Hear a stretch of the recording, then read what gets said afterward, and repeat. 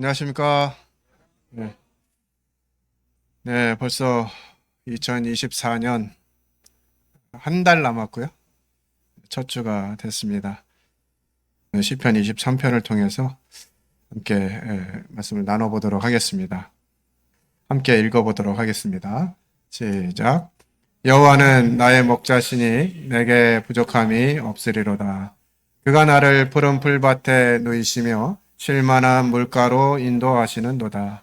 내 영혼을 소생시키시고 자기 이름을 위하여 의의 길로 인도하시는도다. 내가 사망의 음침한 골짜기로 다닐지라도 해를 두려워하지 않을 것은 주께서 나와 함께 하심이라. 주의 지팡이와 막대기가 나를 안위하시나이다. 주께서 내 원수의 목전에서 내게 상을 차려 주시고 기름을 내 머리 위에 부으셨으니 내 잔이 넘치나이다. 내 평생의 선하심과 인자하심이 반드시 나를 따르리니 내가 여호와의 집에 영원히 살리로다. 아멘. 네. 너무나 잘 아는 말씀이고 성도들 중에는 상당수가 가장 좋아하는 성경 말씀으로 여기는 그와 같은 말씀입니다. 그래서 그런지 그 의미나 깊이나 이런 부분에 있어서는 또 좀 가볍게 여겨지지 않나 하는 생각이 좀 들긴 하는데요. 시편 23편을 여러 각도에서 살필 수 있고 묵상할 수 있다라고 생각이 들어지는데요. 오늘은 그 주기도문에 이어서 하나님의 이름으로 읽는 시편 23편이라는 제목으로 함께 나눠볼까 합니다. 처음 시작은 여호와는 나의 목자시니 내게 부족함이 없으리로다 라고 시작하고 있습니다. 하나님의 이름, 수요일날 일부 말씀드렸습니다마는 하나님은 어떤 이름으로 제한될 수 없는 분이시다 이렇게 말씀을 드렸습니다. 성경에서는 그분의 이름을 여호와로 소개하고 있습니다만 그냥 스스로 계신 분이라고 하는 하나님의 한 성품, 그분의 정체성 이런 부분으로 말씀하신 것뿐이지 스스로 계신 분으로 하나님을 다 설명할 수는 없죠. 마찬가지로 성경에 하나님이 어떤 분이시다 라고 하는 부분들로 표현되어진 부분들을 생각해 보면 상당히 많은 이름들이 거론되고 있습니다. 일반적으로 그냥 사용되어지는 하나님의 이름만 해도 열 몇 가지가 되고요. 그냥 사람들이 익히 좀 들어온 이름, 뭐 이렇게 생각하면 한 30여 가지 됩니다. 성경에서 구체적으로 하나님은 이런 분이시다라고 하는 것들을 원어적인 의미로 접근해서 하나님의 이름을 설명한 그런 내용들을 찾아보면 한 700여 가지 이름이 됩니다. 그러니까 하나님은 이런 부분들을 살펴보게 될 때 제한할 수 있는 분이다, 없는 분이다? 하나님은 제한할 수 없는 분이다라고 하는 것이죠. 그래서 우리는 하나님이 성경을 통해서 나타내 주시는 만큼밖에는 하나님을 이해할 수가 없어요. 우리가 하나님을 어찌 알고 이해할 수가 있겠습니까? 마치 코끼리를 다리를 만지면서 코끼리는 이렇다. 뭐 누구는 코를 만지면서 코끼리는 이렇다. 또 누구는 꼬리를 만지면서 코끼리는 이렇다. 뭐 이렇게 이제 말할 정도밖에는 우리가 하나님을 알 수 있는 방법이 제한적이라고 생각이 됩니다. 그래서 우리는 하나님께 가까이 나아가야 되고요. 그분이 나에게 어떤 분이신가 라고 하는 부분들을 살펴보지 않고서는 그 하나님의 풍성함을 다 경험하기가 어려운 것 같습니다. 여호와는 나의 목자시니 내게 부족함이 없으리로다. 이 한 구절만으로도 사실 우리는 많은 교훈과 의미를 찾아낼 수 있으리라고 생각이 들어요. 이 모든 것들이 양을 위한 목자의 모습, 그 목자를 향한 양의 간절함과 유일한 소망이죠. 양에게는 목자 없이 양이 따로 있다는 거, 이거 굉장히 슬픈 일이거든요. 위험한 일이기도 하고. 그래서 우리 주님이 백성들이 목자 없이 유리하는 모습을 보면서 눈물을 흘리셨어요. 그러니까 양에게 목자가 없다라고 하는 것은 굉장히 심각한 문제입니다. 여러분들은 이렇게 고백하고 계신가요? 시편 23편을 읽을 때만 여호와는 나의 목자시구나 이렇게 생각하시는 건 아닌가요? 하나님이 나의 목자시라면 그분이 없는 상황을 우리는 못 견뎌 해야 돼요. 왜 내 삶 가운데 하나님이 계시지 않는데, 하나님이 느껴지지 않는데 난 아무렇지 않지? 뭔가 심각한 오류가 생겼다고 이해하시면 됩니다. 여호와 이레 되시는 목자가 다 준비하시죠. 양이 뭘 필요로 해서 양이 목자에게 목자님 오늘은 왠지 오른쪽으로 가야 맛있는 풀이 있을 것 같습니다. 이렇게 하는 양이 있을까요? 양은 그럴 만한 지식도 없고 감각도 없습니다. 목자가 알아서 그 양을 데리고 가야지 양이 자기 원함대로 어딘가를 갈 수가 없는 것이에요. 그래서 목자가 다 준비하십니다. 그래서 여호와 이레 우리 그 아브라함이 이삭을 하나님께 드릴 때 대신 준비된 그 양을 보면서 여호와 이레라 하는 교훈을 받았습니다만 그것은 꼭 그때에 제한되는 것이 아니라 우리의 모든 삶에 있어서 하나님이 우리의 모든 필요를 아시고 미리 준비하신다라는 의미로 우리는 여호와 이레라고 하는 이름을 받아들여야 될 것입니다. 이는 단순하게 오늘 하루 먹고 살 거 이것만을 위한 것이 아니라 영적인 또 정서적인 필요까지 목자 되신 하나님께서 공급하신다라고 하는 것이죠. 올 한 해를 돌이켜 볼 때 하나님이 우리에게 여호와 이레셨음을 우리는 부인할 수가 없습니다. 하나님 얼마나 신실하신지, 하나님 얼마나 모든 것을 아시고 모든 것을 공급하고 계신지 올 한 해를 뒤돌아보면 그런 하나님이심을 충분히 우리가 느낄 수가 있습니다. 우리의 필요를 아시기 때문에 때로는 이 여호와 라파의 하나님도 이 여호와는 나의 목자다라고 하는 의미 가운데 포함되어질 수 있을 것 같습니다. 여호와 라파는 여호와는 치료하시는 분이다 이런 의미를 가지고 있는데요. 바로 3절에 내 영혼을 소생시키시고 라고 하는 말씀과 연결되어집니다. 그렇기 때문에 하나님은 우리에게 먹을 거 단순히 사는데 필요한 최소한의 것을 공급하시는 이런 분이 아니라 우리에게 어떤 문제와 어려움들이 생겼을 때 그것을 회복시키시는 하나님이신 것들을 또 우리는 여호와는 나의 목자신이라고 하는 구절에서 유추할 수가 있는 것이죠. 참으로 하나님은 우리에게 친절하시고 자비하신 그런 분이시라고 생각이 돼요. 하나님은 그런 분이십니다. 이 한 구절만 가지고도 오늘 한 시간을 이야기할 수 있으리라 생각이 되지만 또 내용을 진행해 보도록 하겠습니다. 그가 나를 푸른 초장에 누이시며 푸른 초장에 누우면 어떠신가요? 평안해지시죠? 이 구절을 통해서 우리는 여호와 샬롬 평강의 하나님을 또 인식할 수 있을 것입니다.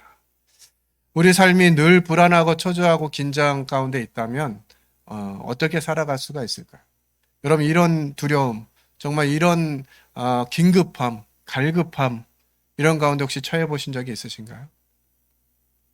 이거 경험해 보지 않으면 정말 이 평강이 얼마나 필요한지를 모르실 거예요. 네, 하나님이 제게 어떤 일들을 허락하셔가지고 제가 그런 시기가 있었습니다.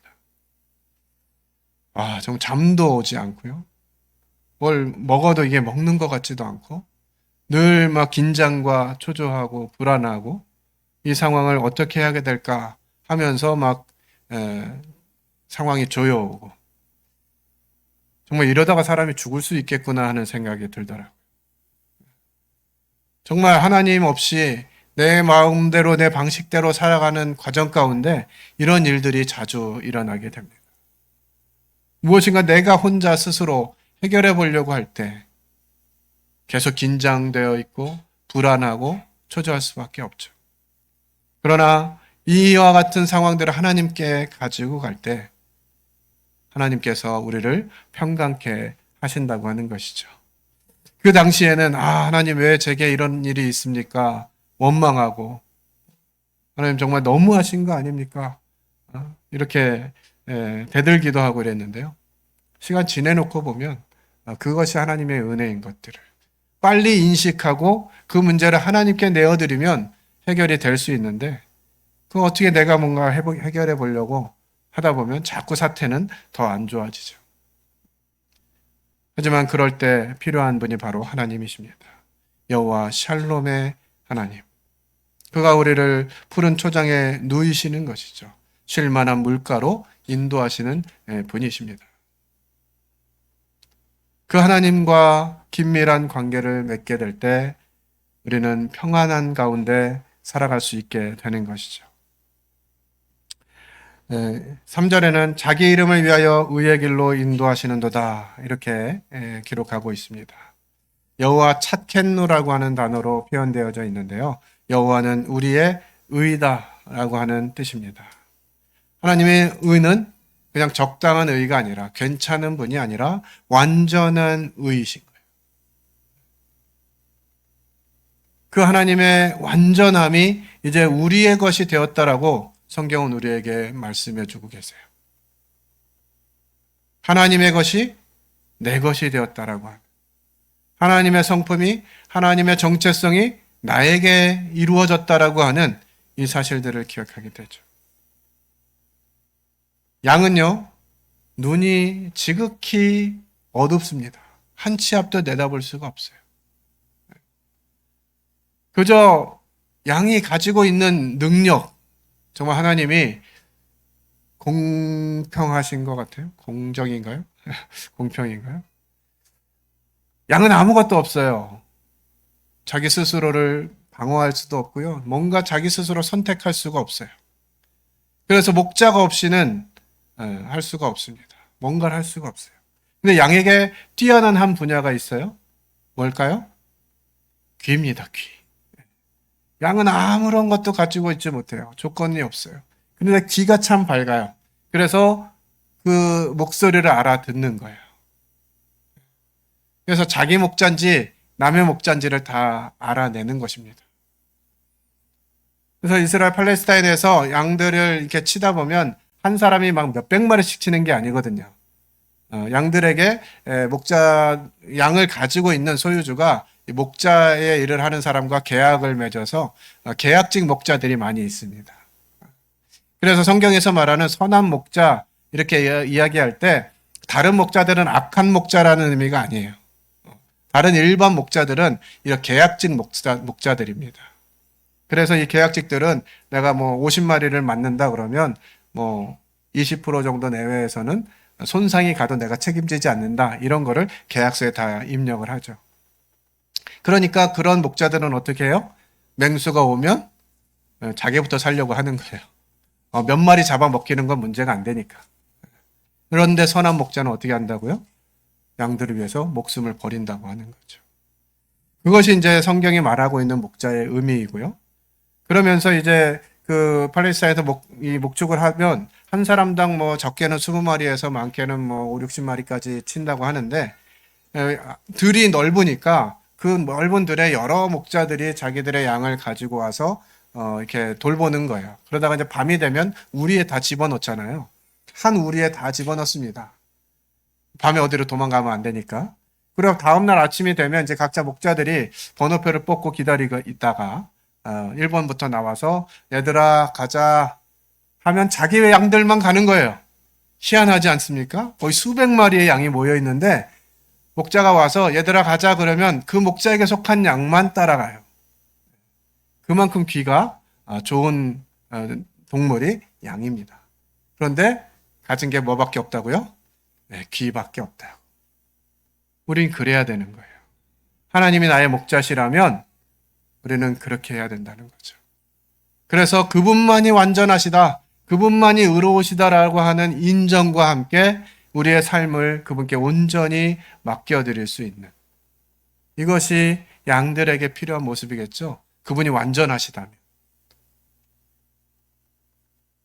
그런데 놀라운 것은 그 양들이 목자의 성품을 배우게 되고 목자처럼 된다라고 하는 거죠. 이게 뭐 상상할 수 없는 일이지 않습니까? 아무것도 가지지 못한, 그저 듣기만 하는 이 미약하고 어리고 연약한 이 동물이 목자와 같이 된다는 거예요.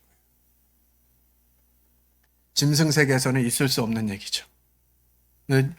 하나님의 형상을 닮은 사람들에게 하나님이 주신 놀라운 축복이에요. 우리는 뭐만 하면 돼요? 잘 듣고 따라가기만 하면 된다고요. 왜요? 그분이 완전하신 분이기 때문에. 그분은 실수하지 않으십니다. 그분은 후회하지 않으세요. 그래서 우리는 그 완전하신 하나님을 기억하고 그분께 나아가는 것이죠.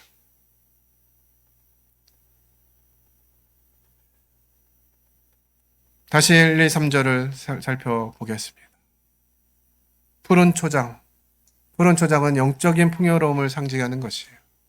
우리는 눈에 보이는 풍요로움을 먼저 구하게 되지만 하나님은 우리에게 영적인 필요가 더 중요하다라고 말씀해 주고 계십니다. 이스라엘 다녀오신 분들은 경험해 보셨겠습니다마는 다윗이 고백한 이 시편 23편의 푸른 초장은 우리가 기억하는, 우리가 생각하는 이 대관령 목장의 푸른 초장을 말하는 게 아니에요. 그야말로 워낙 이 기후도 그렇고 워낙 환경도 좋지 않기 때문에 풀이 그렇게 많이 나질 않습니다. 그러니까 양들이 풀을 어느 정도 먹으면 이동해야 될 수밖에 없는 그런 곳이에요. 그런데 그 정도의 풀이 있는 곳을 아는 목자들이 쉽지가 않습니다. 그래서 실제로 팔레스타인에 가서 그 목축을 하는 그 현장에 가보면 다양한 발자국들이 있다 그래요. 그러니까 목자들이 그래도 연륜이 있고 경험이 있는 목자들은 어디로 가면 풀이 있고 어디로 가면 물이 있다 이런 것들을 아는데 경험이 없는 초짜 목자들은 알겠어요, 모르겠어요? 잘 모르는 거죠. 근데 발자국이 있는 대로 따라갑니다. 원래는 저기로 가면 풀이 있겠지라고 따라가는 거죠. 근데 그 발자국은 무슨 발자국이었겠어요? 먼저 인도한 목자가 양들 다 먹이고 떠난 그 길이에요. 그럼 그 다음에 그 발자국 따라서 가면 풀이 있겠어요, 없겠어요? 없는 거예요. 목자 얼마나 당황스럽겠습니까? 얘들아, 여기가 아닌 것 같다. 좀 더 가보자. 따라갔는데 또 없어. 그런 거예요.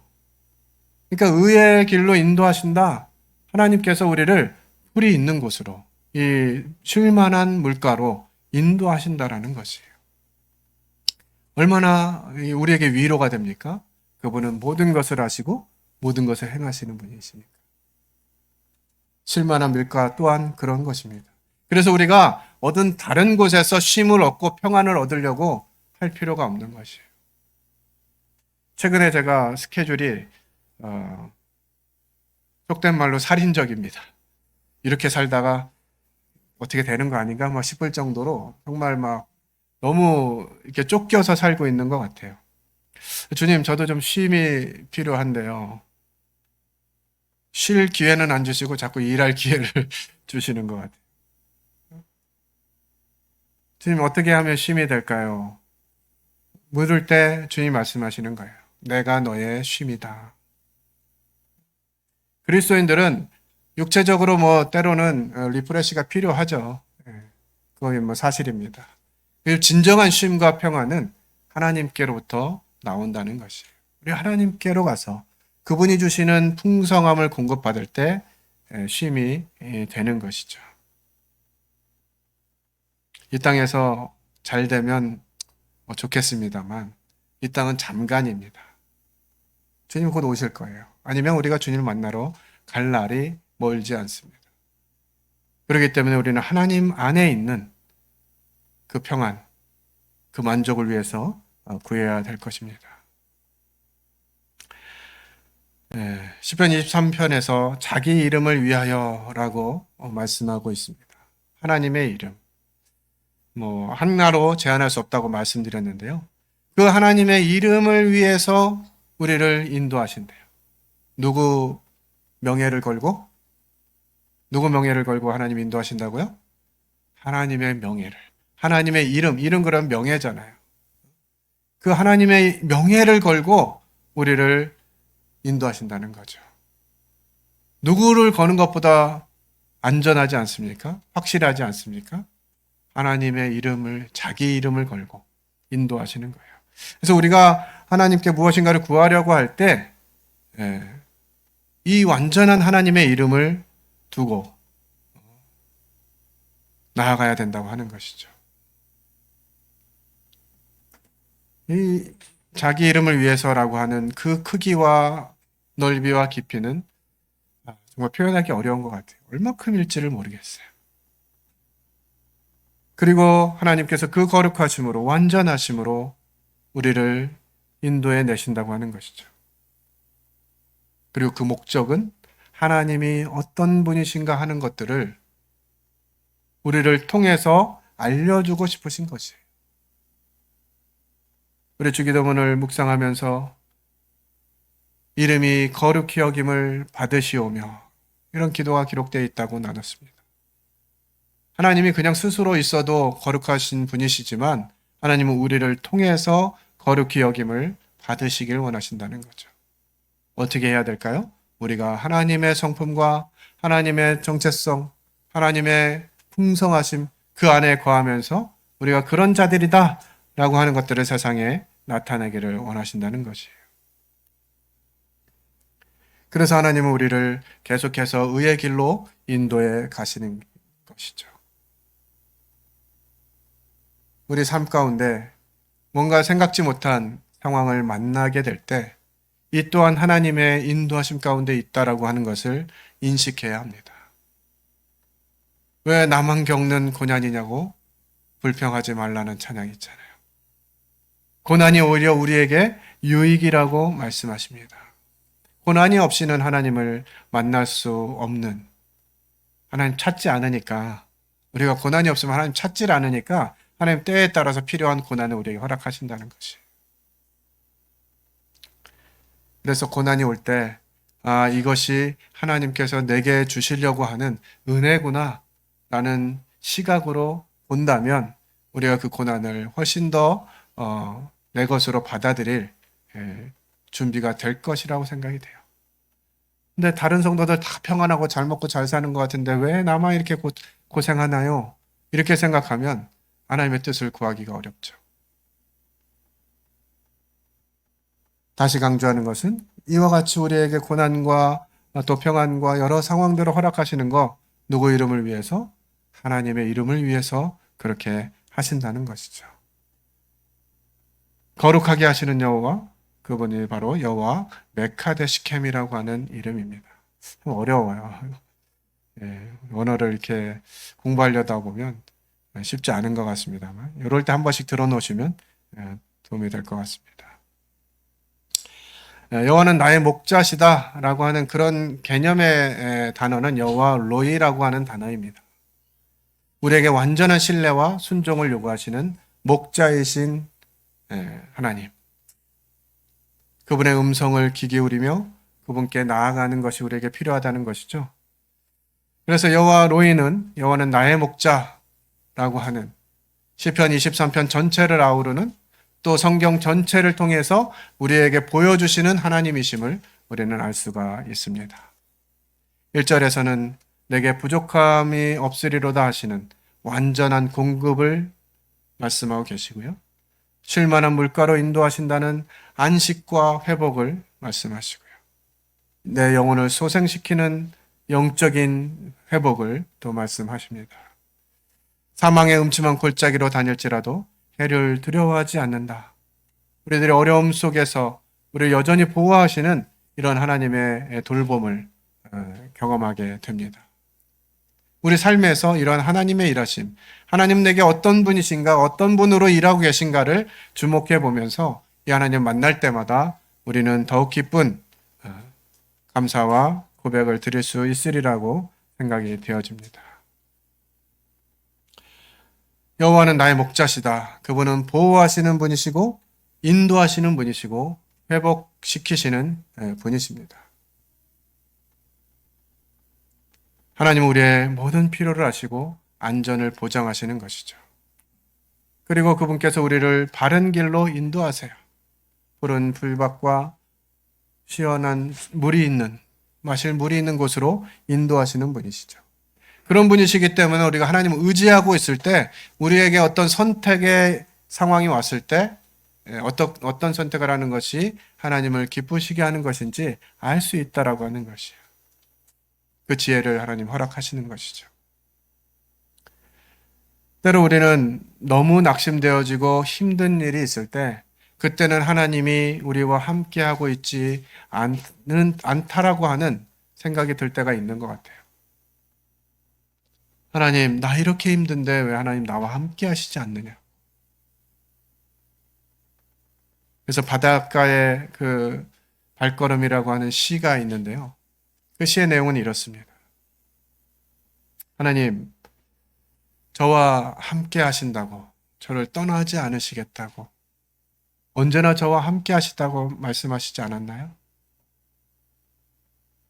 그런데 바닷가를 걸어온 과정들을 보게 될 때 어느 과정 속에서는 발자국이 2개였는데 어느 과정 속에서는 발자국이 하나밖에 없는 거예요. 하나님, 뒤돌아보니까 저 때가 제가 제일 힘들었을 때였는데 왜 저 때는 저와 함께 하지 않으셨죠? 저 때 저 너무 힘들어서 정말 일어설 힘조차도 없었는데 그때 왜 주님 저와 함께 하시지 않으셨죠? 이게 묻죠. 그때 하나님이 대답하십니다. 저기 보이는 저 하나의 발자국은 네 발자국이 아니라 내 발자국이다. 네가 너무 힘들어서 걸을 힘이 없었을 때 내가 너를 업고 걸어갔던 그런 발자국이다. 이게 하나님 말씀하십니다. 우리가 힘들 때, 낙심되어졌을 때, 일어날 힘조차 없을 때에도 하나님 우리를 더 애틋하게 생각하시면서 우리를 업고 걸으신다고 하는 것이죠. 우리 눈이 그걸 못 볼 뿐이죠. 하나님은 언제나 우리와 함께 계시고 우리 편에 계시면서 우리를 어떻게 회복시키실지를 알고 계신 분이시다. 그래서 우리가 온전히 이 목자 되신 하나님을 인식하고 그분께 우리의 삶을 내어드릴 때 하나님이 회복시키신다고 하는 것이죠. 그런 놀라운 나의 목자 되신 여호와 로이 하나님을 만나시고 경험하시며 살아가게 되기를 바랍니다. 이제 23편 5절에는 내 원수의 목전에서 내게 상을 차려주시고 라고 하는 말씀이 기록되어 있습니다. 4절에는 내가 어둠의 골짜기로 다닐지라도 사망의 음침한 골짜기로 다닐지라도 해를 두려워하지 않는다 라고 하는 표현들이 되어져 있죠. 이 사망의 음침한 골짜기, 특별히 이스라엘의 지형은 바위로 된 계곡들이 많은 지역입니다. 그러니까 덥고 또 햇볕이 내리쬐기 때문에 더워서 그 골짜기 중간중간에 굴이 있는데요. 그 굴 안에 맹수들이 쉬고 있어요. 그래서 그 맹수들이 언제 튀어나올지 모릅니다. 근데 그 골짜기로 양들을 데려가야 되는 거예요, 목자가. 그런 상황이기 때문에 두렵죠. 언제 늑대가 튀어나올지, 언제 곰이 나와서 자기를 찢을지 두렵잖아요. 그런데 이 여호와가 나의 목자된 이 고백은 그런 상황에서도 내가 해를 두려워하지 않는다는 거죠. 이 해는 하늘에 있는 해를 말하는 게 아닙니다. 그늘에 있기 때문에 해가 비쳐도 괜찮겠구나 이런 개념이 아니고요. 나를 문제를 일으키게 되는 맹수가 와서 나를 해치는 이런 해를 말하는 거예요. 그래서 그런 상황에서 내가 해를 두려워하지 않고 또 내 원수의 목전에서 내게 상을 차려주신다. 무슨 상이죠? 밥상입니다. 밥상. 그러면 막 원수들이 목전에 있어요. 저쪽에 보니까 늑대도 있고 저기 보니까 곰도 있고 막 이런 맹수들이 막 앞에 있는데 목자가 거기서 얘들아 먹어라. 그리고 상을 차려준다는 거예요. 우리는 그런 상황에서 어떻게 될까요? 얹힐 것 같죠? 이거 먹다가 이 공격이 들어오면 나 어떻게 막지? 뭐 이런 생각 때문에 진짜 먹어도 돼요? 이 상황에 먹어도 될까요? 저는 안 먹을래요. 그냥 저 맹수들 생각하면서 언제 올지 모르니까 저는 도망갈 준비부터 할래요. 뭐 이렇게 해야 될 상황인데 우리의 목자 되신 하나님이 나의 목자는 저런 맹수들까지 거 뭐 아무것도 아닌 한 방에 다 해결하실 수 있는 주의 지팡이와 막대기가 나를 안위하시는 분이시기 때문에 그거 아무것도 아니야. 이렇게 생각해가지고 그냥 그 앞에서 맛있게 잡수신다는 거죠. 그것이 여호와를 목자 삼는 양의 평안함이고 확신인 것이죠. 근데 우린 두려워할 필요가 없습니다. 우리 앞에 어떤 환경이 오든지 간에 하나님께서 그것들을 알고 계시고 우리의 상황을 이해하시고 그 문제를 또 해결하실 거니까요. 이것은 너무나 놀라운 은혜이고 풍성함을 나타내주는 표현입니다. 어떻게 원수들의 앞에서 맛있는 상을 차려주고 실컷 먹어라 이런 상황이 될까요? 참 하나님 놀라우신 분입니다. 또 5절에서 내 기름을 내 머리에 부으셨으니 이렇게 말씀하시는데요. 양들이 이렇게 이제 그 해 아래서 이동하다 보면 이제 몸에 열이 생기거든요. 그런데 막 지치고 피곤하면 이제 이 열이 발산이 안 됩니다. 왜냐하면 이 양이 털이 막 수북하잖아요. 그리고 이걸 관리를 안 하니까 털들이 어떻게 되겠어요? 막 이렇게 곱슬머리신 분은 아시는데 곱슬머리가 가만히 놔두면 어떻게 돼요? 가만히 그대로 있는 게 아니라 자꾸 이게 꼬이거든요. 그래가지고 뭐 빗질을 안 하면 계속 더 꼬여가는 거예요. 양들의 털이 그렇습니다. 양들의 털을 뭐 그 들에서 양들의 털을 막 이렇게 빗질해 줄 수가 없으니까 양들의 털이 자꾸 꼬여가지고 덮고 있으니까 열이 발산이 안 돼요. 그러다가 이제 지치는 거죠. 그래서 해도 내려지고 막 몸에서 열은 나오는데 그게 털로 인해서 발산이 안 되고 이러면 털이 지치게 됩니다. 그러니 목자가 어떻게 할까요? 이 목자가 이제 이 지친 양을 데리고 그늘로 들어갑니다. 그리고 그 머리에다가 기름을 바르는 거예요. 기름 왜 바를까요? 여기서 또 막 기름 하니까 막 또 성령님이 오셔가지고 우리 마음을 평안케 하시고 막 이렇게 적용하시면 힘들어집니다. 기름 나온다고 해서 다 성령님으로 해석하시면 안 돼요. 근데 양들을 지쳐있고 이게 털이 해결이 안 되니까 이 양들에게 기름을 발라서 이 엉켜져 있는 털을 이렇게 뭐라고 하죠? 풀어주는 거예요. 열이 발산될 수 있도록. 그리고 이제 물을 먹이시고 이렇게 해서 양을 회복시키십니다. 이게 정말 좋은 목자예요. 선한 목자는 이렇게 합니다. 그러니까 우리가 왕 스스로 그거 어떻게 해결하겠어요? 뭐 어디 뭐 가시나무에 긁어가면서 자기 털을 어떻게 해결하겠어요? 지쳐 있는 상태에서 도저히 해결할 수 있는 방법이 없는 거죠. 그때 목자가 그 사실을 알고 그 사정을 알고 이렇게 양들의 머리에 기름을 부으셔서 이 문제를 해결해 주신다는 거예요. 그러니까 스스로 무엇인가를 해결하려고 하는 것이 아니라 목자 되신 그분께 나를 보살펴 달라고, 나를 회복시켜 달라고 나아가는 것이 양의 기본적인 태도일 거라는 것이죠.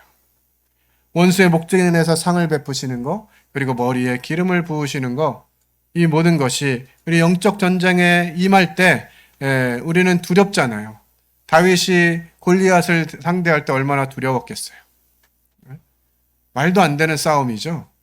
그럼에도 불구하고 다윗이 여호와의 이름을 가지고 나아갔을 때 승리를 얻게 되는 것입니다. 우리가 세상에서 마주하는 전쟁은요, 그렇게 만만한 전쟁들이 아니에요. 하지만 하나님께서 우리를 보호하시고 승리케 하신다는 것이죠. 여호와 니시, 그분이 나의 깃발이시다. 그분이 우리의 승리의 도움이시다 하는 사실들을 고백하면서 전쟁하다 보면 지치죠. 지칩니다. 그럴 때 우리는 하나님은 또 우리에게 사랑을 베푸시고 회복시켜 주시는 그와 같은 분이심을 또 기억하게 됩니다. 그래서 우리는 이제 이렇게 고백할 수 있죠. 5절의 말씀처럼 내 잔이 넘치나이다. 엘리온이라고 하는 하나님의 이름이 있는데요. 이 지극히 높으신 하나님을 나타내 주십니다. 하나님은 우리에게 모든 주권을 가지고 계신 분이에요. 그래서 스스로 하나님, 내 인생은 내 것입니다. 아마 이렇게 그냥 못되게 나가지만 안 하면 하나님이 우리에게 가지고 계신 주권을 행사하시는 것이죠. 그리고 하나님께서 우리를 풍성하게 하십니다. 내 잔이 넘치나이다. 잔이 넘친다는 표현은 자주 등장하는 표현은 아니에요. 어떻게 할 때? 하나님이 지극히 높으신 분임을 인정하고 그분께 우리의 삶을 내어드릴 때 하나님이 우리를 풍성하게 하신다는 것이죠. 근데 놀라운 것은요, 우리가 미리 준비돼서 그렇게 하니까 하나님이 우리를 그렇게 삼으신 것이 아니라 하나님이 모든 것을 준비해 놓으시고 그냥 그 안에 들어오기만 하시라는 거예요. 하나님 모든 것을 행하시고 우리는 그냥 믿음으로 그 안에 거하라는 것이죠. 이 얼마나 놀라운 은혜입니까? 우리가 일일이 모든 일들을 해야 된다 그러면 얼마나 힘들겠어요. 근데 하나님께서 모든 것을 아시고 문제가 뭔지 아시니까 모든 걸 다 해결해 놓으시고 하나님 편에서 하나님의 방법으로 예비해 놓으신 거예요. 그 안에 들어갈 때 우리는 내 잔이 넘친다는 고백을 할 수 있는 것이죠. 그 고백을 할 때 어떤 고백이 되겠습니까? 역시 하나님 제가 이렇게 했더니 하나님 저에게 이렇게 해주시는군요. 이렇게 말할 것이 없잖아요. 오직 하나님께만 영광을 돌리는 것이에요. 네, 시편 23편 6절입니다. 내가 여호와의 집에 영원히 살리로다 라고 하는 말 통해서 엘 올람의 하나님을 살펴보게 됩니다. 엘 올람은 영원하신 하나님을 의미해요. 이는 하나님의 본질적인 속성이죠. 영원하다는 거. 하나님은 시간의 제약을 받지 않으십니다. 그래서 우리는 어제가 있고 오늘이 있고 내일이 있습니다만 하나님의 시간에서는 어떠실까요? 하나님의 시간은 다 현재이신 거예요. 위에서 다 보고 계신 거예요. 처음 시작부터 마침까지 하나님 그 시간 안에 다 들어 계시거든요. 그러니까 우리는 앞에 어떤 일이 있을지 모르잖아요. 그래서 하나님 우리에게 약속해 주신 거예요. 너희가 내 말을 따르면 내가 너희를 위해서 준비한 모든 것들이 있다. 그 사실을 너희들이 믿고 따라오면 그것들을 너희에게 주겠다는 거예요. 왜냐하면 하나님 다 보고 계시거든요. 이 다음이 어떤 일이 있을지 우리의 수고가 어떤 열매를 맺힐지를 하나님 다 보고 계신다고요. 우리는 별거 아닌 것 같지만. 그러니까 우리는 참 이게 제한적이죠, 시선이. 이 일이 어떻게 될지 잘 몰라요. 하나님 다 보고 계신 거예요. 이것들을 통해서 어떤 열매들을 나타내실지, 하나님 어떤 영광을 받으실지 다 알고 계시기 때문에 우리는 그 영원하신 하나님 앞에서 저희는 그런 자입니다. 하나님 제가 무엇을 할까요? 어떻게 할까요? 묻기만 하면 하나님이 모든 것들을 이루시는 것들을 보게 되는 것이죠. 이런 하나님이시기에 우리는 소망을 갖게 되면서 이 고백을 하게 되는 거예요. 여호와의 집에 영원히 거하리로다. 어디에 사시고 싶으세요? 세상에서 떵떵거리고 살고 싶으신가요? 50평, 60평 아파트에서 세단, 엄청 대형 세단을 타고 다니면서 그러고 싶은 마음이 있죠. 왜 없겠어요? 욕심이 가진 사람이라면 다 있을 거예요. 그것이 우리에게 영원한 안식과 만족을 주는 것은 아니다. 그래서 우리는 누굴 구해야 된다? 하나님을 구해야 된다라고 하는 것이에요. 2024년 한 해를 돌아보고 생각하면서 이와 같이 하나님은 우리와 늘 함께 하시면서 우리의 필요를 채워주셨구나. 그리고 앞으로도 하나님 그렇게 하실 것이구나 하는 생각이 듭니다. 제가 이제 그 청년들과 많은 시간들을 보내고 있는데 한때는 이 미래에 대해서 되게 걱정이 많았었어요.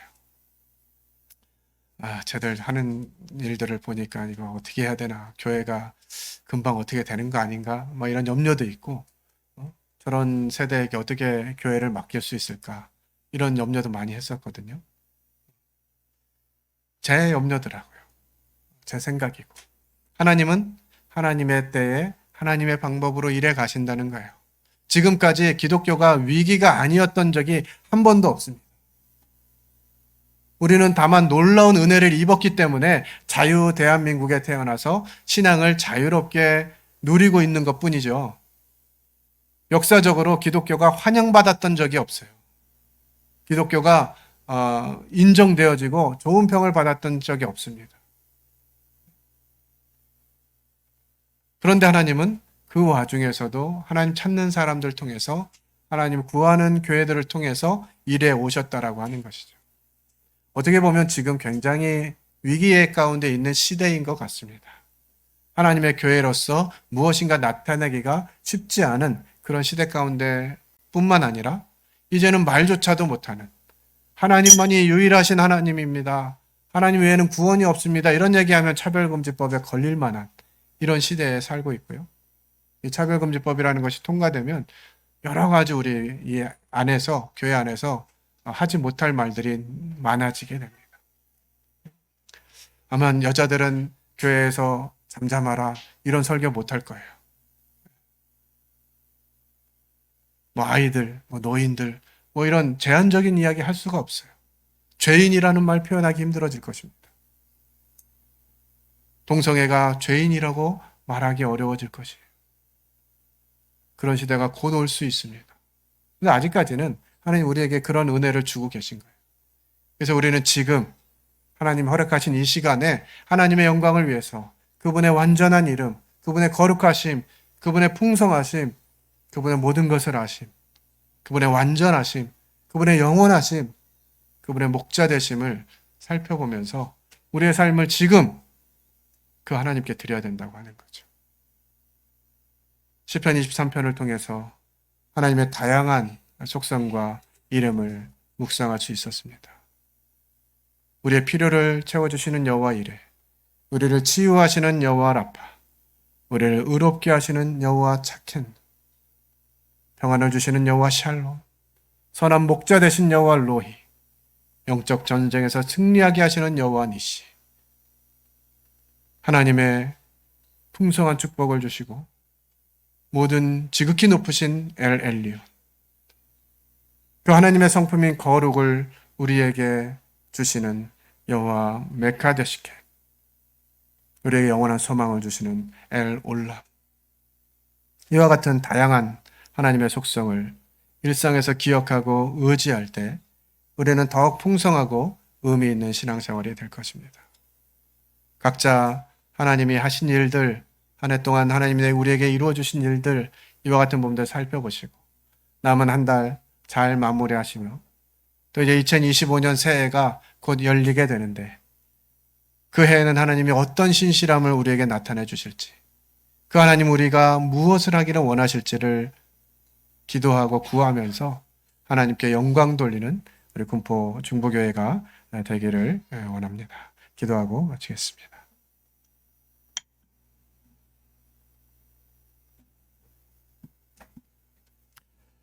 네, 아버지 하나님 참으로 감사를 드립니다.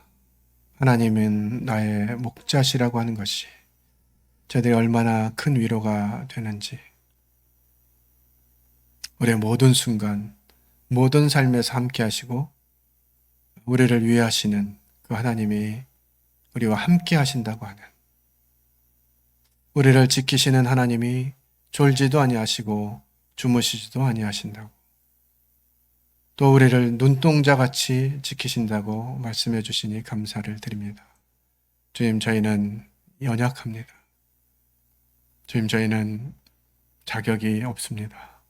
자주 넘어지고 자주 실패합니다.